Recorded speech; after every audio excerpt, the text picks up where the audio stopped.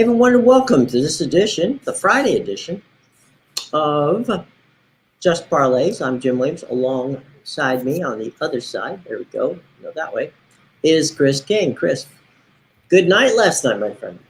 Yeah, I mean, it was another good night. It was nice to see Washington decide to play hockey after struggling against Columbus. They ruined Martin St. Louis' debut as a head coach in Montreal, beating them 5-2. Pittsburgh won.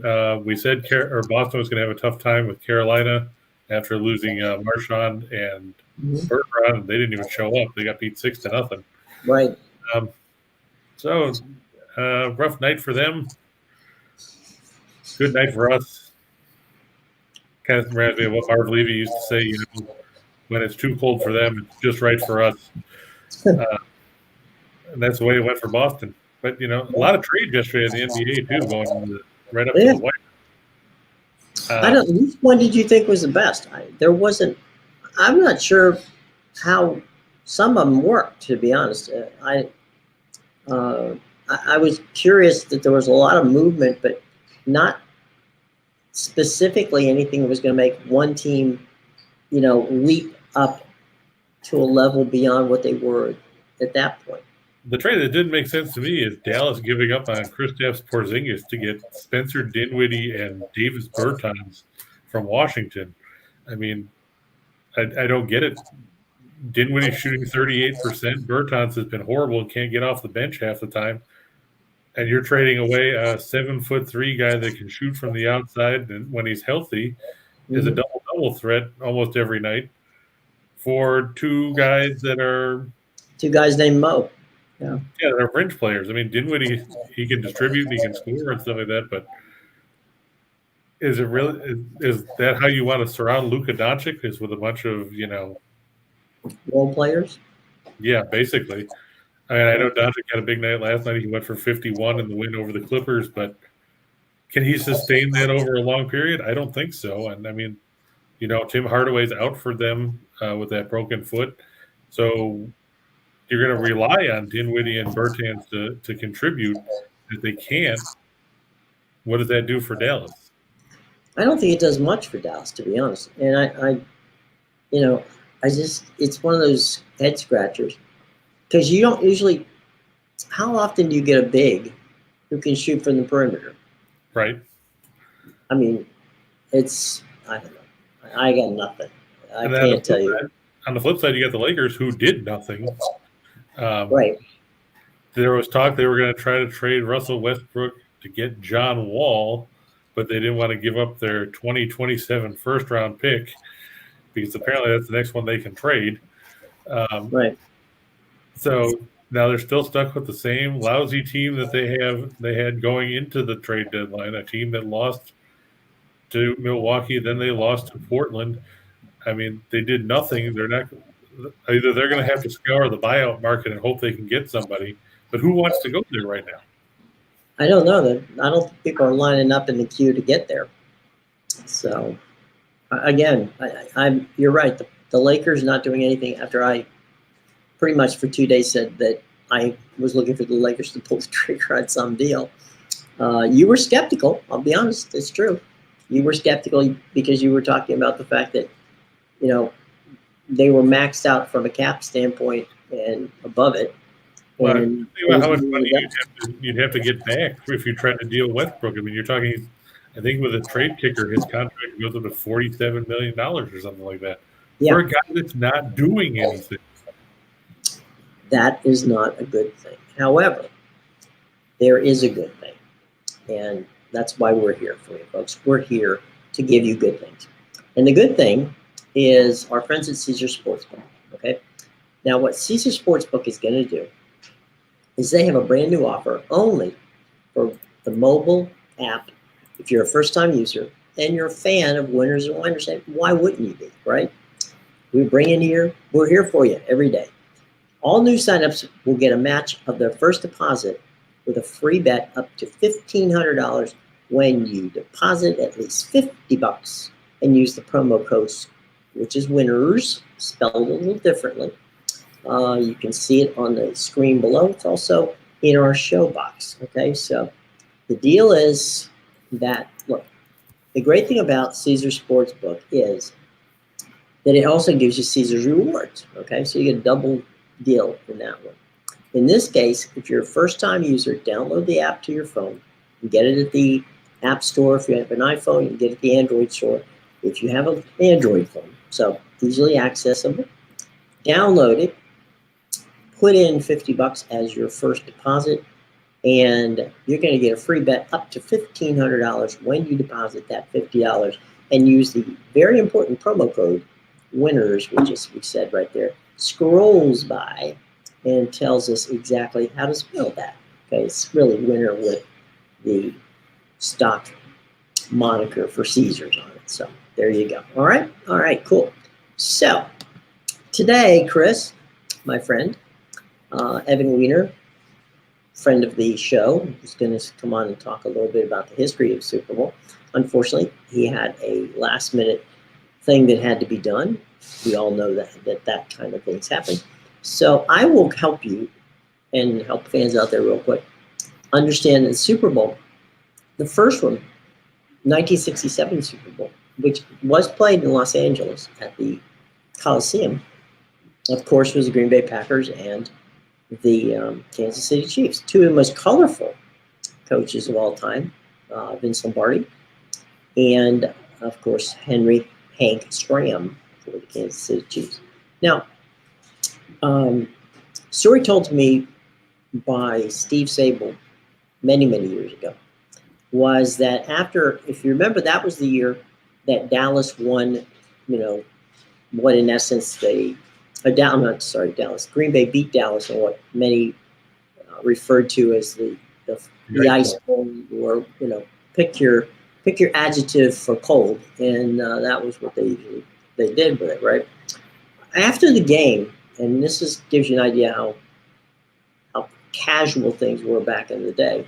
After the game, Vince Lombardi actually used to walk back and forth from his home to Lambeau Field. And it didn't matter whether it was snow, it didn't matter what it was like outside. Vince liked to walk to the stadium. So after the game, he invited Steve and Ed, Steve's dad, the Sables, back to his house for lunch. A belated lunch or early supper, whatever you want to call it. And of course, it was right after Christmas. And Vince, the guys went downstairs after lunch and went downstairs into the basement where they had a little bit of a rec room going on down there. And Vince wanted to show off his new putting skills. During the course of that time, he told the Sables, I don't know why we're even going to play this stupid game out in California. We just won the championship. Now we have to go out and do this stupid, situation for, play the game against Kansas City. The game was not a sellout. Best ticket in the building cost you $22. Cheapest ticket in the building cost you $5. It was aired on both CBS, which had Ray Scott, Pat Summerall, and Frank Gifford. Gifford and Summerall basically worked the sidelines. They did a 15-minute pregame show, which gives you an idea how things have changed in that regard. And over on NBC, it was the team who I grew up watching and listening to, was, of course, Al DeRogatis and Kurt Gowdy. So on the CBS side, Ray Scott and Frank Gifford, with Summerall doing the sidelines. No sidelines on NBC. The game was broadcast in color on NBC and on CBS, which in the day, CBS really didn't televise all their games in color, just certain ones, and assumed the Super Bowl at that time, which was just called the AFC NFC Championship game. That was the whole situation in that regard. So, that's how it got started. There's also the urban myth of who actually came up with the name Super Bowl. All right. Now, Pete Rozelle, who was the commissioner of the NFL at that time, was trying to come up with a name. as was the head of the AFL, which of course was Lamar Hunt.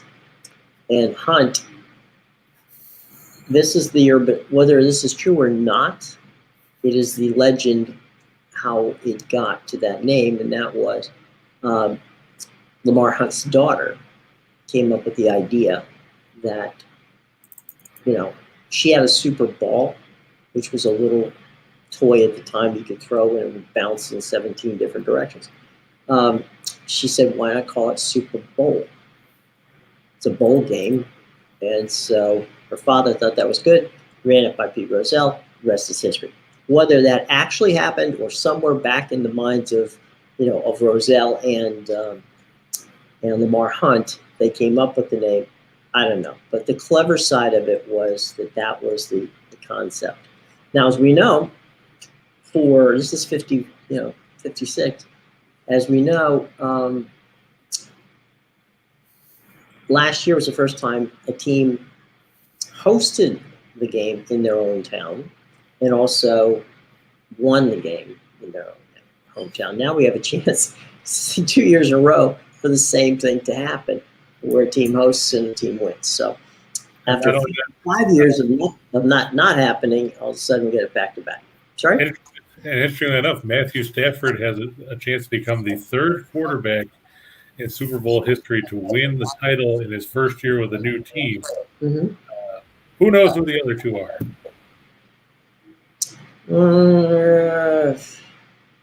I'm going to guess, and that's exactly what it's 100% guess. You say the first time they're with the team. That's going to be the third. He could be the third quarterback to win in his first year with the Super Bowl in his first year with a new team. Was Jim Plunkett one of them? No. Okay. Who were they? Well, one of them happened last year. Oh, Brady. Yeah, that makes sense. The other one, Trent Dilfer. Oh, the 1 year with the Ravens. Yep. How about that? And then, Trent was summarily dismissed for Elvis Gerbeck, who only played 1 year. He literally played that 1 year in Baltimore and retired. So, and he wasn't any good anyway. Sorry? I said he wasn't any good anyway.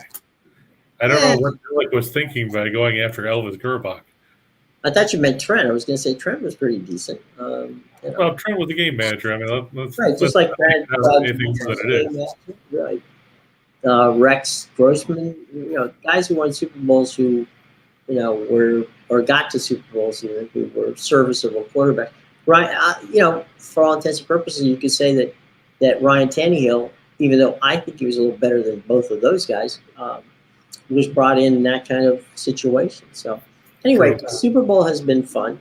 It started in the 1970s, the advertising aspect of it.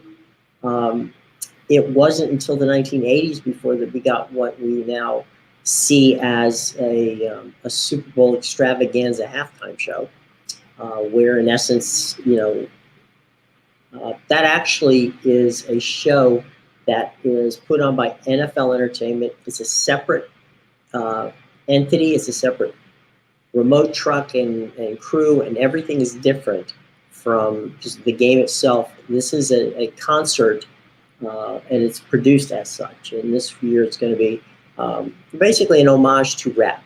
So we'll see that coming up. But usually when the halftime show comes around, it means that I can go get a snack, because I haven't seen a good halftime show, in my opinion, since 2010 when the Who were there.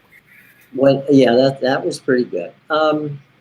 Favorite Super Bowl commercial? Do you have a couple that stand out?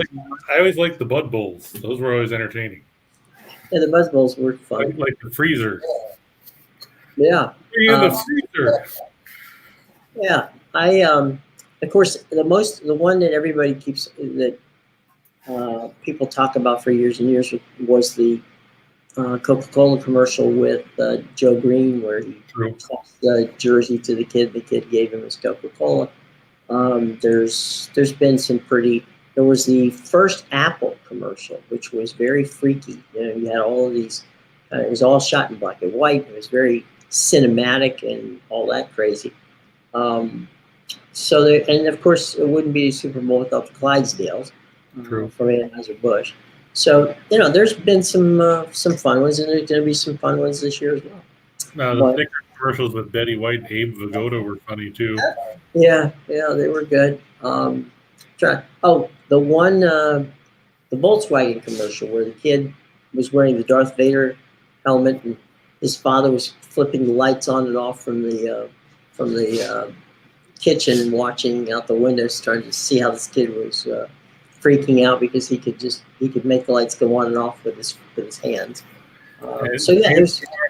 Talking about the Budweiser with the James, buddy. Hey, James, why don't you be the first one to hit like and subscribe? We would greatly appreciate that, along with everybody else out there. Do you guys have a favorite Super Bowl commercial or favorite Super Bowl memory? Let us know. We're always here to figure that out. I'll tell you my least favorite Super Bowl memory, and that was Super Bowl 25. I was there. So I can blame you for what happened. No, I'll tell you what. My theory in this is if Scott Norwood takes and makes that field goal, okay, then we do not have to put up with the craziness that was the legend of Bill Parcells. I mean, Bill wouldn't have to put up with Jimmy Johnson either. Well, Jimmy had nothing to do with that one. No, but I mean, he came afterwards. Yeah, I can't throw shade on Jimmy. Jimmy was always good to me. I did games for the University of Miami, and Jimmy was there and was very helpful. But he didn't do anything for me. That's true. That is true. He didn't. But that game was it wasn't a particularly good game to watch because it was kind of choppy, but it was the first one that wasn't particularly a blowout, and it was one of the first ones that was decided by either missing or making a field goal. Was it Super Bowl? Yeah, Super Bowl 5 in Miami. Was the O'Brien kick, and Super Bowl. Ernie Corsi, who for many years was the PR guy for the Baltimore Colts, and then moved up the chain to an assistant general manager, and then went with George Young to the Giants, where they built the team that made Parcells famous. Ernie Corsi was lamenting on the day that Super Bowl 5 was being held that he was on the field during pre-games, which is often what a PR person was doing. One of them would be on the field, the other one will be up in the booth working the press box. And Jim, he was the last of the straight-on kicker, and he wasn't making anything. I mean, he hit everything but hit the crossbar. I mean, the joke was, he's basically kicking the dirt. He wasn't hitting the ball properly. And so, allegedly, according to Corsi, when Ernie's on the way up in the elevator at the old Orange Bowl, and he says to the reporters, "For God's sake, I hope this game doesn't come down to a field goal, because if it does, we're screwed. I mean, because Jim's not making anything." Of course, it does come down to a kick, and it happens to go through the uprights for a win. And the funny thing about that, if you recall, in Super Bowl 3, that was the famous thing where Carol Rosenblum got really mad at Don Shula for losing the game to the Jets, which was the first time the AFL won. And a prohibitive underdog in that game too.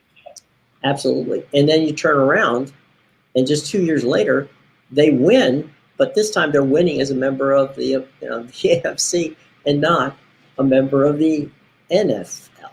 So now here's what I was going to ask Evan, but since he's not here, I'll ask you. Speaking of Joe Willie Namath, did Don Shula cost the Baltimore Colts that game by starting Earl Morrall over Johnny Unitas? I would say he didn't because two things. One, Earl Morrall was more than a serviceable quarterback, and he never got the credit. He was very much like a Frank Wright, who you know from the Buffalo days, right? Yep. So Earl Morrall was not, just a body you throw out there. He was a legitimate quarterback. I honestly don't think, and this is heresy, I don't think John Unitas would have made a lick of difference in that game. Yeah, they scored their 7 points with Unitas on the field. Great, he was on the field. That was so far at the end of his career that I just don't think that was the, that if he started the game, that would have changed much. Well, I just ask because you look at Morrall, he went to Miami. He did the same thing there. He started for a while, then he got supplanted by Greasy. Greasy got hurt, and then Greasy would come back in. Mm-hmm. But he never started a Super Bowl where he won. That's true, but you could make the same case that you wouldn't have been in that Super Bowl if he hadn't played, because he led the team there. Again, was he the greatest quarterback? No. Was he better than was he a good game manager like the two guys we talked about just a few minutes ago, like a Trent Dilfer or somebody like that? That's his job. That's what he was doing.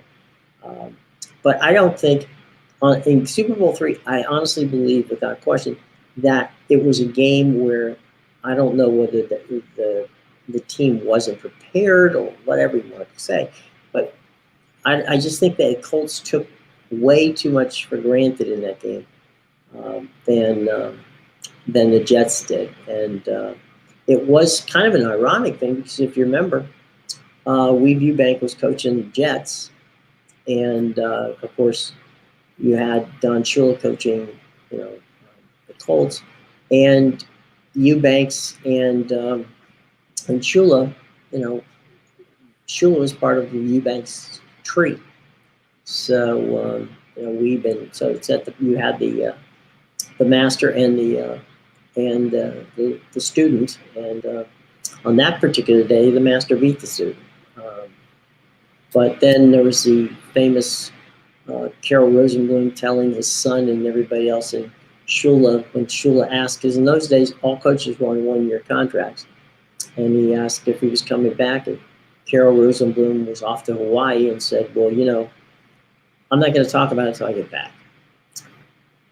Joe Robbie calls and asks if Shula, wants the job in Miami. He's offering him twice the money he was playing in Baltimore. Shula goes in, talks to Rosenblum's son, says, I really need to figure this out.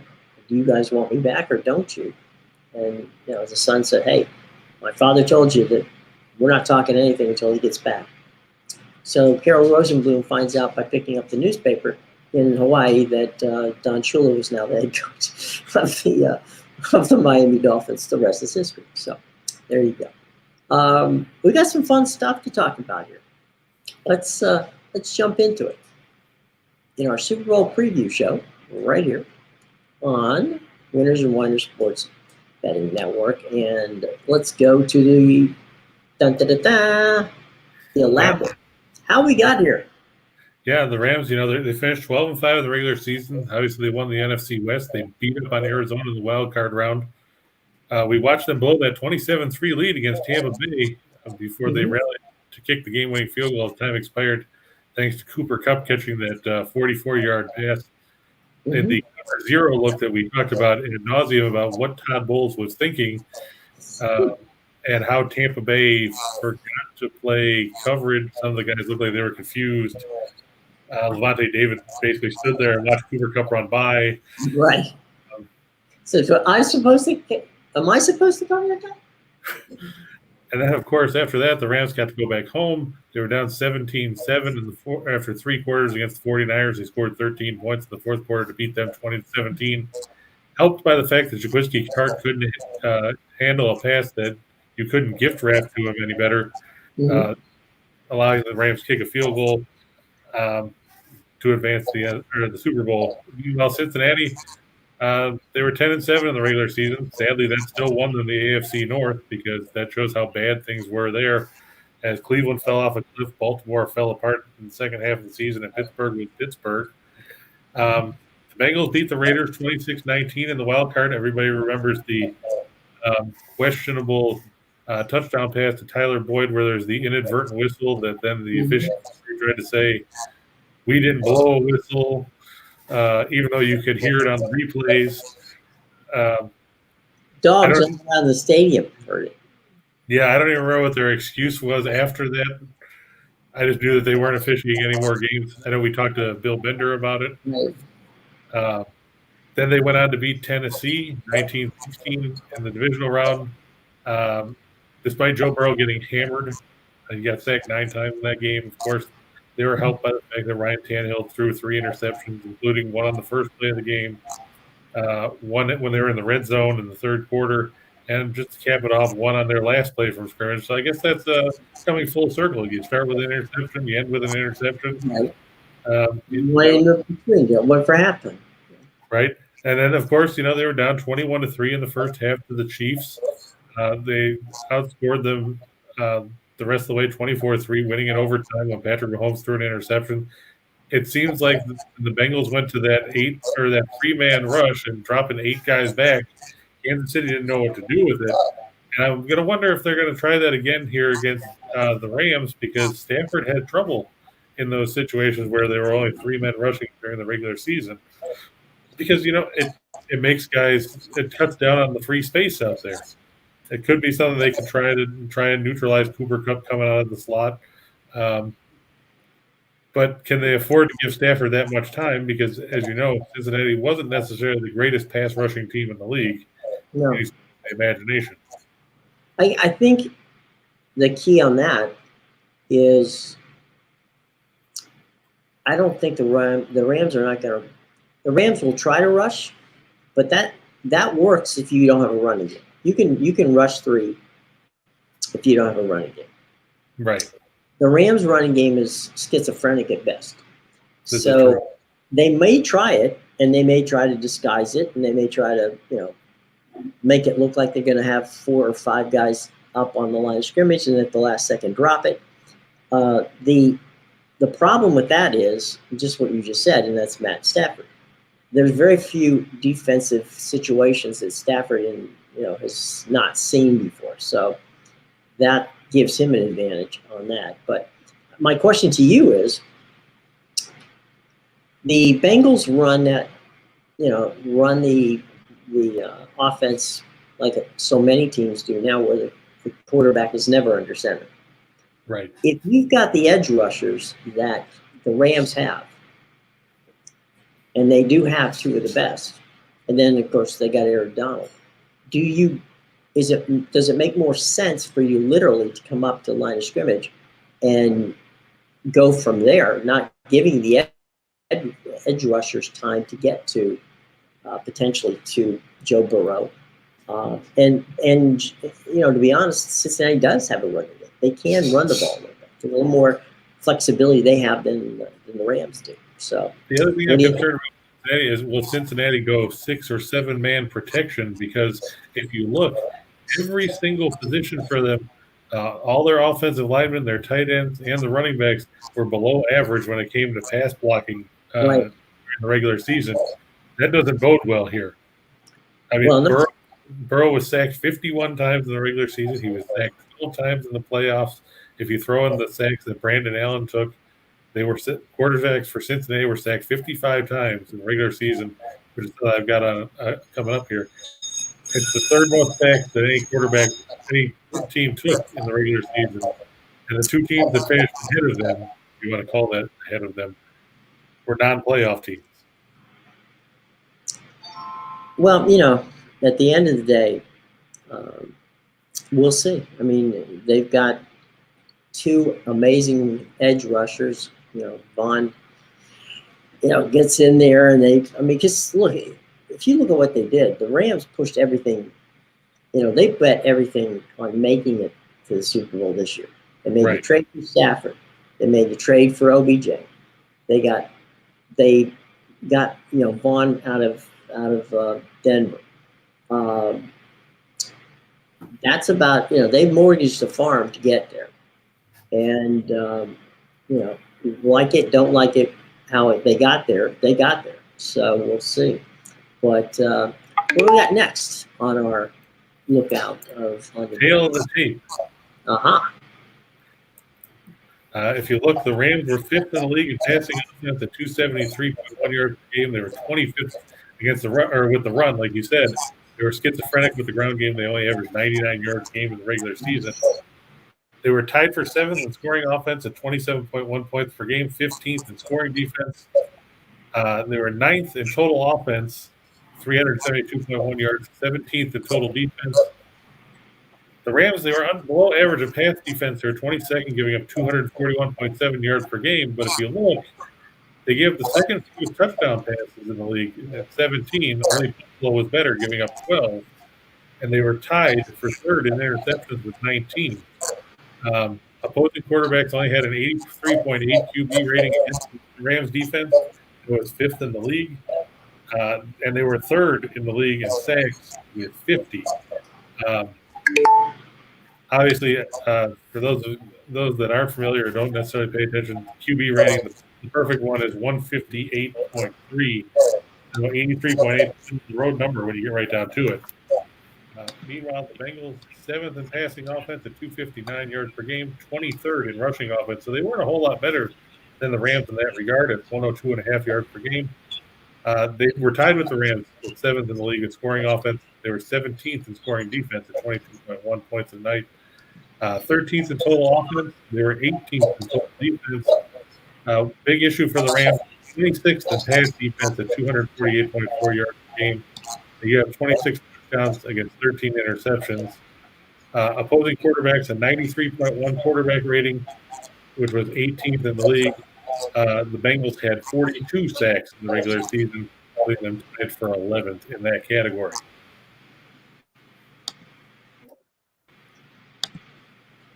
Well, if you look at all that, the key statistics, the funny thing about Super Bowls is that the weirdness happens, right? There's always something that a team has done all year long, and you wonder, why are they getting away from what got them here suddenly and starting to play a different style of football? I don't think that either of these teams can get away from what got them here, because I think with the Rams, it's passing. That's what got them here. The Bengals, it's basically, to be honest, they play, like we talked about the 49ers, they play ugly football, and they try to keep the score low.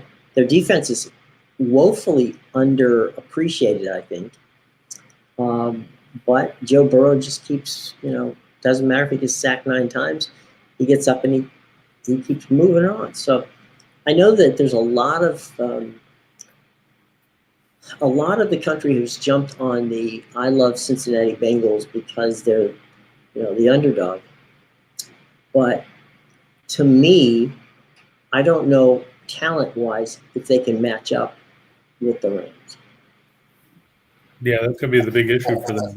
Like I said, sure, Burrow got back up against Tennessee, but can he get back up if he keeps getting crumpled by this defensive line of the Rams? If he doesn't have time to throw, the Bengals are going to be in trouble because, like you said, that's their bread and butter, Jamar Chase, T. Higgins, Tyler Boyd. Mixon's going to have a tough time running the ball against that front 7 as well, unless they hit a bunch of big pass plays early on, which is going to make them one-dimensional. And unless they one-dimensional against the Los Angeles Rams. Yeah. The key, I think, for the Rams in winning this game is if they can get Matt Stafford enough time, because the secondary of the Bengals isn't bad, but it's not great. Now, the same can be said. Actually, the same cannot be said about the Rams. The Rams' defense secondary is horrible. I mean, they literally pulled Eric Weddle off retirement line to put him in as a safety.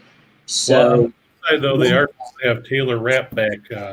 He's missed the entire postseason with a concussion, but he's supposed to be back and playing Sunday. So that'll be helpful. Whether he pairs alongside Weddle or if he replaces Weddle and they leave Weddle as like a big nickel or something like that remains to be seen. But having Rapp back will be a big boost for the Rams secondary.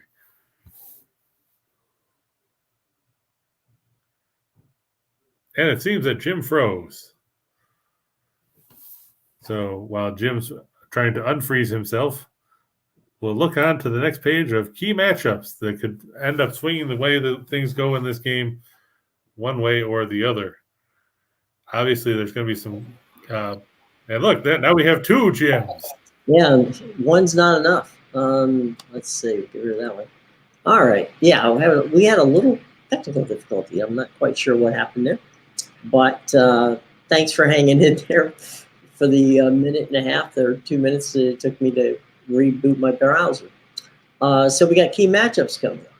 Yeah, obviously the top one, Jim, is like we talked about, the Bengals offensive line against Aaron Donald, Leonard Floyd, and Von Miller. You can throw Greg Gaines in there too. He's been had his best year of his career playing alongside Donald this season as well. The Bengals, like we said, you have 55 sacks in the regular season. The only two teams that are worse than them, the Bears and the Ravens.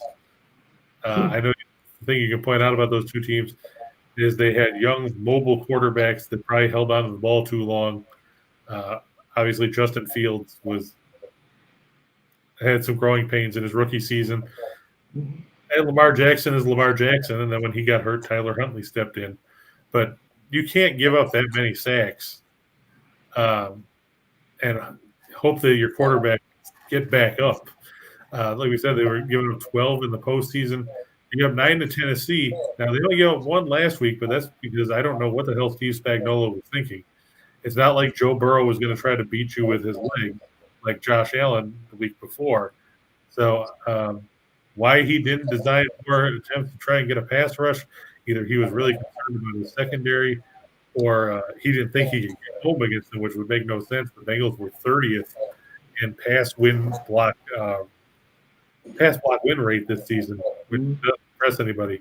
Now, I know the Rams have only got 5 postseason sacks, but those 3 guys, Donald, Floyd, Miller, have 4.5 of them. Gaines has the other half a sack. If you look at the regular season, Donald had 12.5 sacks, Floyd had 9.5, and Miller had 5 in his 8 games after coming over from Denver. Like we said, if Cincinnati can't give Burrow time to throw, it's going to be a long night for the Bengals. Or as to use the voice of former Bengals tight end Bob Trumpy, let me tell you, Don, if Joe Burrow doesn't get time to throw, it's going to be a long night for Cincinnati here in the Super Bowl, and they'll go 0-3. I like the next one. It's Hilton against Cooper Kupp, who, by the way, got 1 vote for most valuable player, as Aaron Rodgers, I think, Aaron Rodgers got 39 of the 50 votes. Brady got 10, and Cooper Kupp got the 1, final vote out there. Well, we know that Hub Arkush did not vote for Aaron Rodgers, so you know that much. Yeah. Maybe that's the one who got the Cooper Kupp, vote. Although, frankly, I thought Cooper Kupp was worthy of a lot more than 1 vote. True. So yeah, that's going to be an interesting matchup. Yeah, I mean, Hilton is their slot corner. I mean, so he's going to be locked up on Kupp a lot because Kupp makes most of his catches out of the slot in that system because you've got Van Jefferson and OBJ on the outside. We know Kupp led the league in receptions, receiving yards, and receiving scores. Hilton gave up 61 catches on 85 targets for 653 yards and 4 touchdowns. He only had 2 interceptions. Opposing quarterbacks posted a QB rating of just under 100 against him. If Hilton can't contain Kupp and at least keep him in check to some extent, I mean, let's face it, you're not going to keep Kupp off the stat sheet. There's no way in hell. Right. But you can't let him go off and catch 10, 12 balls for 150 yards, or Cincinnati has no prayer because if you can't cover him, how are you going to cover Beckham and Jefferson and It doesn't sound like Higbee is going to play. It'll be Kendall Blanton at tight end. But hey, we saw Blanton put up some big numbers against the 49ers in the NFC title game. There's a lot of weapons in that team. And factor it in the run game, too. They're supposed to have Darrell Henderson back for this one, which just makes cutting into Cam Akers' numbers all that more impressive. You know, speaking of Cooper Kupp, and you talked earlier about Steve Tasker, okay?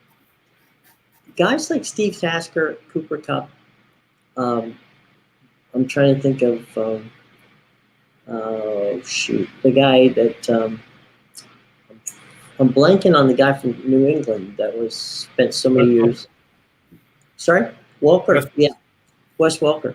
Those possession receivers that, OBJ is going to always be the guy who's running outside the numbers, right? But Cooper Kupp, what's been amazing to me about him is this is a kid who, just runs perfect routes. Right. And that's rare. And then not only is he good at that, he can improvise. If he looks over and sees that Matt Stafford's in trouble, he breaks a route off. And, he almost has this second sense like Walker did. And the relationship between Jim and Tasker in Buffalo, where they know so much about their own quarterback that they're going to do whatever they can to get open. If it's a perfect situation, then that's cool because they run the route perfectly. If it's not, they are great at improvising. Yeah, Andre Reed was really good with that.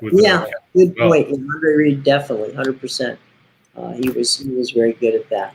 There were a number who were. I mean, I'm just singling out a few. But, those were the guys who could do it. And, for the position, as you say, slot receiver, Cooper Kupp is incredibly fast. True. So you got that as well. 75-yard touchdown or something against Tampa Bay. Yeah, I remember that. But that's something that gets underestimated because you don't think about it because most of the stuff is over the middle or out routes and things like that. You don't expect it to go up the field because, like you said, you got OBJ and Jefferson that can go downfield and make those big plays on long pass plays. But Kupp can do it too if you give him the opportunity. And definitely if you're not paying attention. Exactly. That's the kind of stuff that gets you in a lot of trouble real quick. So, I mean, that's, I guess, why he got this one vote for MVP. But, yeah, I mean, I think a lot of people who watch football don't really appreciate what a good slot receiver can do for you. I mean, in all those in the time Pittsburgh was doing so well, you had Hines Ward. Yep. You had those kind of guys. So, I think Cooper Kupp, if nothing else, has brought back the understanding that a guy like a Cooper Kupp, a Wes Walker, as I said before, Hines Ward, all those guys, Tasker, precise route runners who are smart enough and capable enough to be on the same page with the quarterback to break it off if they need to. And definitely going to be a good I'm glad you picked that matchup. I think that's going to be a good matchup.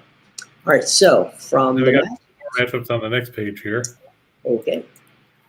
And one of them is going to be Jalen Ramsey against Jamar Chase. I mean, you have to figure Ramsey's been lobbying to be the shadow on Chase since this matchup came out. Chase had a good rookie year, 81 catches, 1,455 yards, 13 touchdowns. Mm-hmm. He's got catches for 279 yards and a score in the playoffs. He's already got more receiving yards in the postseason than any rookie in the history of the league. Mm-hmm. Now, Ramsey, he allowed 58 catches on 98 targets for 624 yards with 3 touchdowns, but he also picked off 4 passes, had 16 pass breakups, 1 forced fumble, and a fumble recovery. Opposing quarterbacks had a 71.1 rating throwing at him this year. Mm-hmm. Now, just remember, if you throw an incomplete pass and it's the only pass you throw, your rating is 39.6.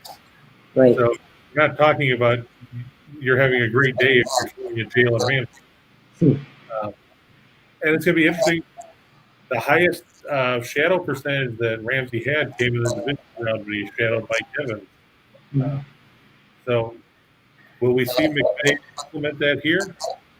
It wouldn't be a bad decision, but you're going to have to find a way to make sure that you can also make sure that T. Higgins, Tyler Boyd, and those guys are covered. Right. Then finally, you got the Rams front seven against Joe Mixon. Now, we talked about the run game for the Bengals. Mixon ran for over 1,200 yards and 13 touchdowns in the regular season, added 42 receptions for 318 yards in preseason. Those 16 touchdowns tied Pete Johnson for the most scores in the season by a Bengals running back. That's right. It was not Icky Woods. Sorry to disappoint everybody. Yeah. But in the postseason, Mixon's tapered off. He's got 52 carries for 190 yards. It's a 3.7 yard per carry average and one score. He's got 13 receptions for 106 yards. The Rams were fourth in the league in yards per carry allowed at 3.9. They only allowed 1 yard per carry before contact. That's second in the league. And fourth in yards after contact, 2.6. The Bengals have to be able to move the ball with Mixon, if nothing else, to keep the Rams honest. Because if you've got those guys, like we talked about Miller, Donald, and all those guys, with their ears pinned back, knowing that you've got to throw, it's not going to be a pretty sight for that Bengals offensive line. No, it's not going to be fun. That's for sure. The other thing that we were looking at here, Matthew Stafford versus the wonderful Joe Burrow from LSU. I don't know why. It's funny how people have gravitated to Joe Burrow, and it's almost like if you look at that team, right? They come in, they couldn't be cooler, they couldn't be less intimidated, and then you've got the Rams, who are playing like they're the underdog. I mean, they're always on the defense from a standpoint of the press release, the press stuff that's been done. Aaron Donald heaping praise on the Bengals as if they don't belong in the same building with them. And Conan O'Brien had a great line the other day. He said that he hoped that Rams fans traveled to the game. He would hope that they would go out and support their team. I mean, they played in that game against the 49ers. The two games they played against the 49ers, the one during the regular season, the last one during the regular season, and then in the playoffs, where you didn't know whether you were playing at Levi Stadium up in San Francisco Bay Area, or you're playing in at SoFi. So of course, when it comes to Super Bowl, there are very few fans who are traditional fans. I mean, that the amount of tickets that are sold at a corporate level, and there's a lot less of the traditional fan in the building. But we'll see. We'll see how that goes from that standpoint. Out of Stan Kroenke's field, which, by the way, a lot of controversy about this. Technically, it is not a dome. All right, I get that. It's not a dome. And the reason is, if you look at the structure, the stadium literally sits inside what in essence is a canopy that goes over top of it. Right. And so around the stadium, you can, you're in the elements, whatever that may be. Inside the stadium, you look up, you see a glass ceiling, okay? That's SoFi. So technically, no, it is not a dome stadium. I get it. They were talking about putting a canopy in for the new stadium they're talking about building for the Bills, but that'll never fly because everybody, you saw Ryan Fitzpatrick wearing no shirt in the New England game when it was 5 degrees out. They'll never go for a dome or a canopy or anything like that in Orchard Park. Well, I mean, no, and the other part to this is the weather. I know a lot about Southern California, and I can honestly tell you that without fear of contradiction, that you don't have to worry. You know the old song, "It Never Rains in Southern California"? Well, it does, but it doesn't run that often, and it certainly doesn't rain at a time when it's going to affect the game. So, I'm not sure you need a dome stadium, but hey, it's Cronky's money, not mine. Then there's the follow-up to that song where it always rains in Seattle, so you better have a. That is true. Yeah. Portland is another city where 200 days out of the year rain. So there you go. But 165 days, it just looks like it's going to. Yeah, there's that too. All right, so we've got you put together a little few more prop bets, which you can turn into parlays. So let's take a look at those. Sure. All right. The ones that we talked about in the last couple of days on this page with Evan McPherson going over 7.5 points. Obviously, we talked about how the Bengals, he's got 40 points in the postseason. I think it's pretty safe to go over 7.5, considering he's kicked 4 field goals in each of the first 3 playoff games for them. We've talked about Kupp and what he can do as a receiver when you lead the league receiving yards in the regular season and receptions and touchdowns. You have to think he can go over that mark. Cam Akers, we said Darrell Henderson is supposed to be back. So you throw in him, you throw in Sony Michel, you throw in the fact that Cam Akers hasn't done anything besides fumble the ball with any kind of consistency. He'll probably come in under 63.5 yards. I look for Stafford to go over 300 yards passing at plus 135. He had 3-0, I think it was against San Francisco, or 310, something like that. 360 against Tampa Bay. So that shouldn't be an issue. This number is actually going up now. The first quarter total, they're now putting at 9.5 points, which is a little bit scarier, but I still think on the first quarter total. Yeah, it went from 7.5 to 9.5 now. Okay. 9.5 seems a little bit scary, but I still think it'll be a 7-3 game. Mm-hmm. So I'm going to lean towards the over. We said McPherson with field goals. He's kicked 4 in each of the first 3 games. I don't see him not kicking at least 2. Stafford to throw 3 touchdowns. That's just 3, not 4 or 7 or 52. Right. It's a specific number. Correct. Aaron Donald to go over 4.5 tackles. You have to think he's going to be in the middle of any time that Joe Mixon tries to run between the tackles. He's going to see 99 there. And an interesting story for you about that, Jim, pass rush, we were talking about that. Mm-hmm. Aaron Donald's pass rush win rate when he was double teamed was the same as TJ Watt's for the whole season. Let me ask you a question about Aaron Donald. Does he in any way remind you of the late Reggie White? Or Bruce Smith, someone you to a point, but I mean Donald, he has to deal with so much in the middle with getting double teamed by the guard in the center, or both guards, right? Or guards the center and a tackle. It's like half the time you just got to put the whole freaking offensive line on him, and they still can't block the guy. He reminds me of kind of like the way Carl Eller or Jim Marshall.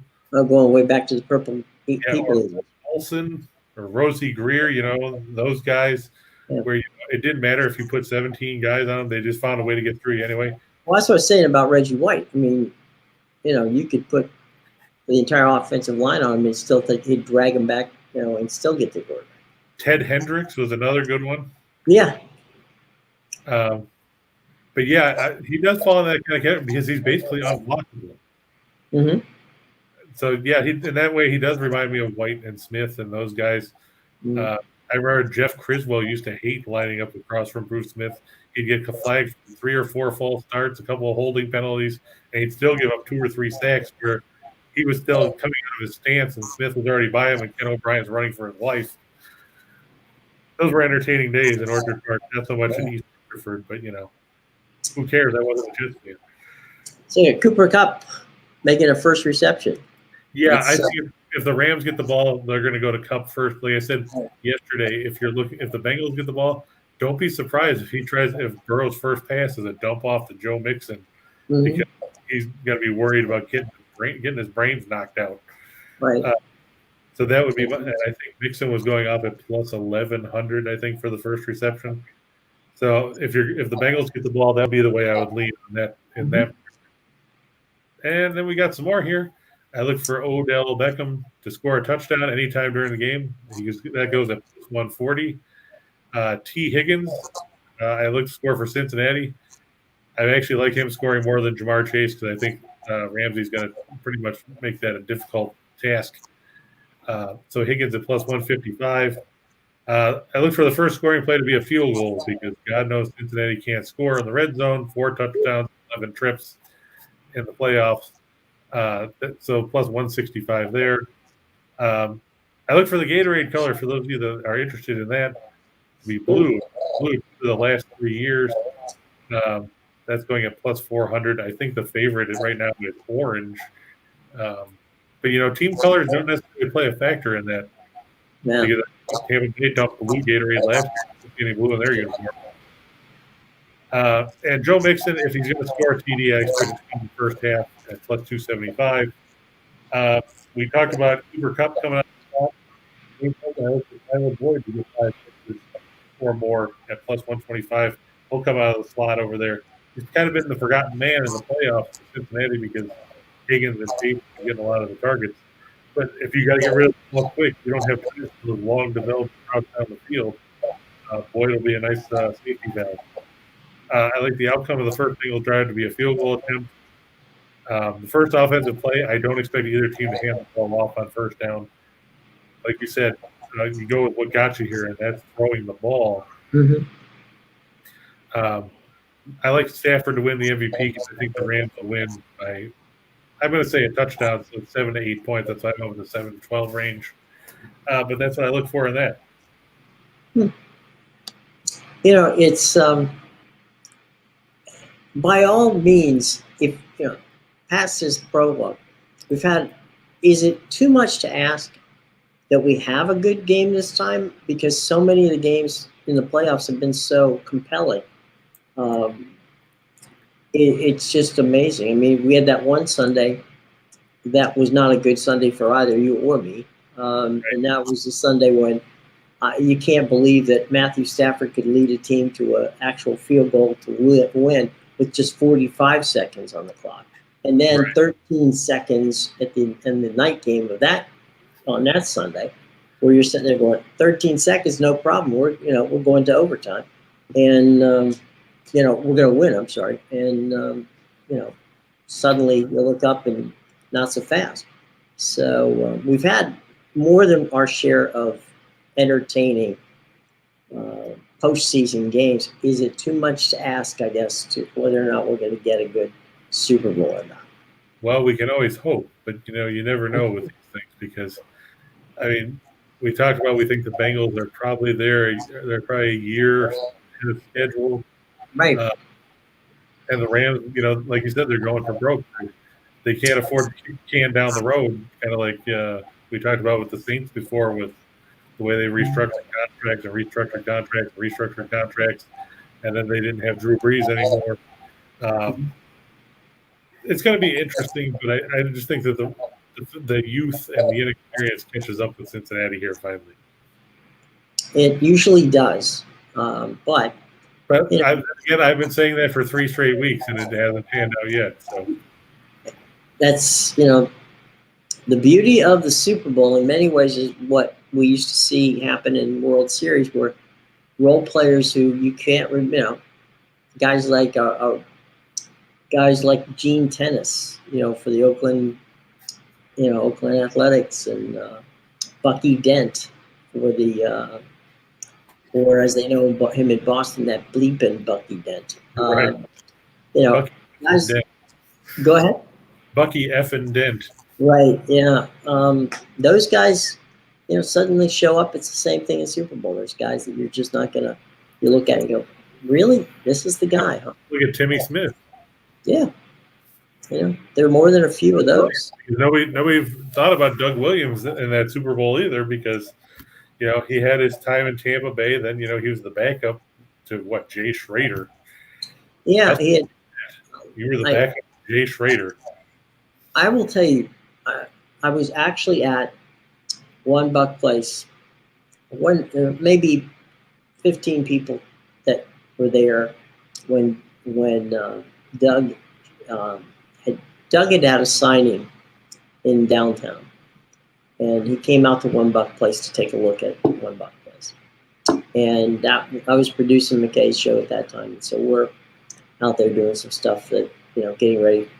Back in those days, the draft was not, the epic, 3-day orgy that it has become.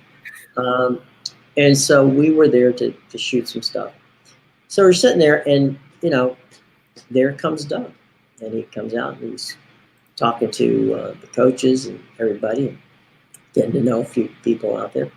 And so one of the guys from one of the local papers, one of the photographers, says to Doug, could you throw a football? Now, mind you, he is in a suit wearing, regular shoes.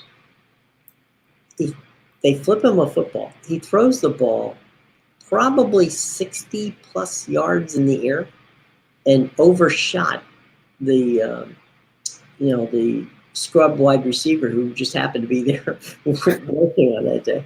And you sit there and went, wow, this guy's got an arm that doesn't quit. And he willed the Bucks to a championship game in '79 against the Rams. Doug was, as you say, he had the greatest first half of any quarterback in the history of the Super Bowl in that game that he beat John Elway and the Denver Broncos down in San Diego. Remember when he signed with the Oklahoma Outlaws in the USFL?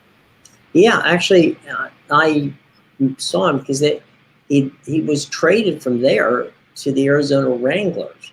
Right. USFL. And I was doing USFL football those days. I saw Doug. We, hung out for a few minutes and had some ice cream together because it was 102 degrees and we're getting ready to play a football game. And of course, at 7:30 in the morning. Yeah.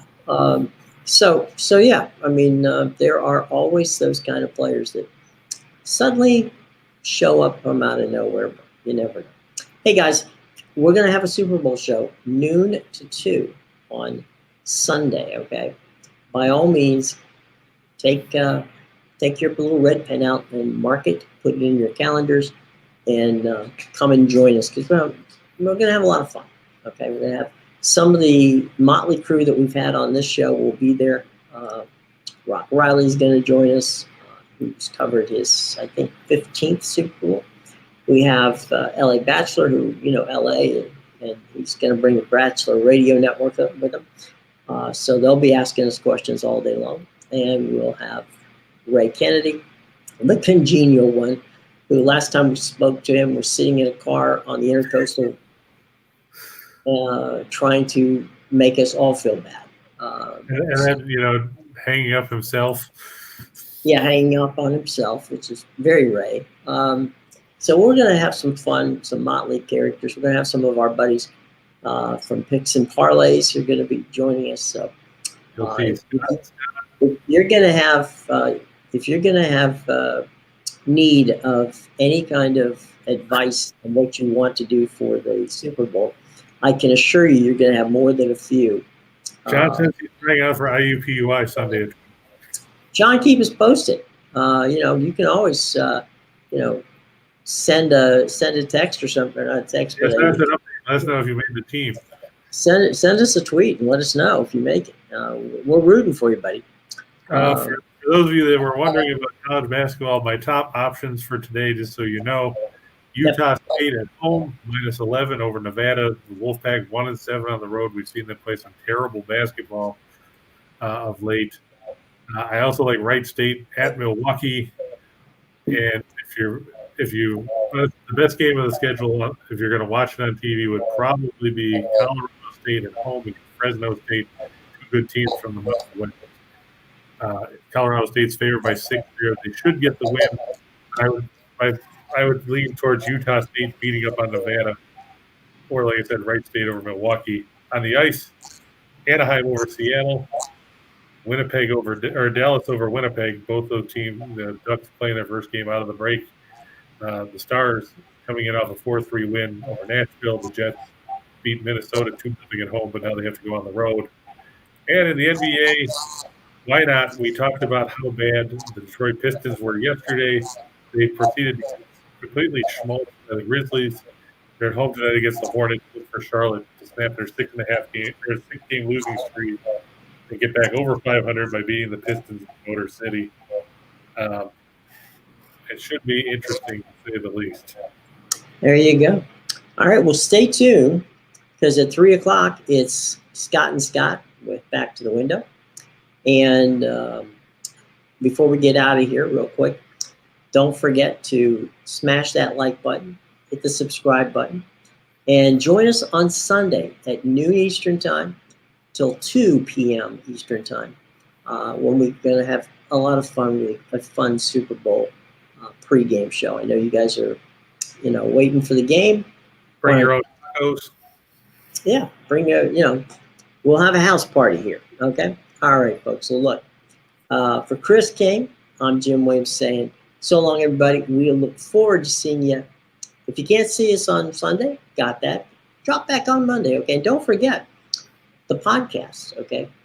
Every day, right after this show is over, you just jump over, hit the links in the bottom. It doesn't matter where you get your podcast from, whether it's Apple or Spotify or Amazon Music. We're there. If you have an assistant device like Google or Alexa, just ask them to play Just Parlays with Chris King, and guess what? They'll do it for you. How about that? And so, if you have any questions, you can always find me, and I'll do my best to answer you. On Betting Royalty. Right. Because that's what he is. He's the king. Heavy is the head, heavy is the head that wears the crown. He's got the crown. Or that direction. He's got the crown. So, all right. Guys, have a wonderful, and gals, have a wonderful and safe weekend. We wish you all the best if you're going to wager on the Super Bowl. Good luck for IUPUI, John. Hope it pans out. John, we wish you all the best, my friend. We still have a position you're trying out for, but absolutely. All right, well, take care, everybody, and we will see you on either Sunday or Monday, okay? When you come back and look at us talk about Just Parlays. All right, have a great one, folks. Be careful out there.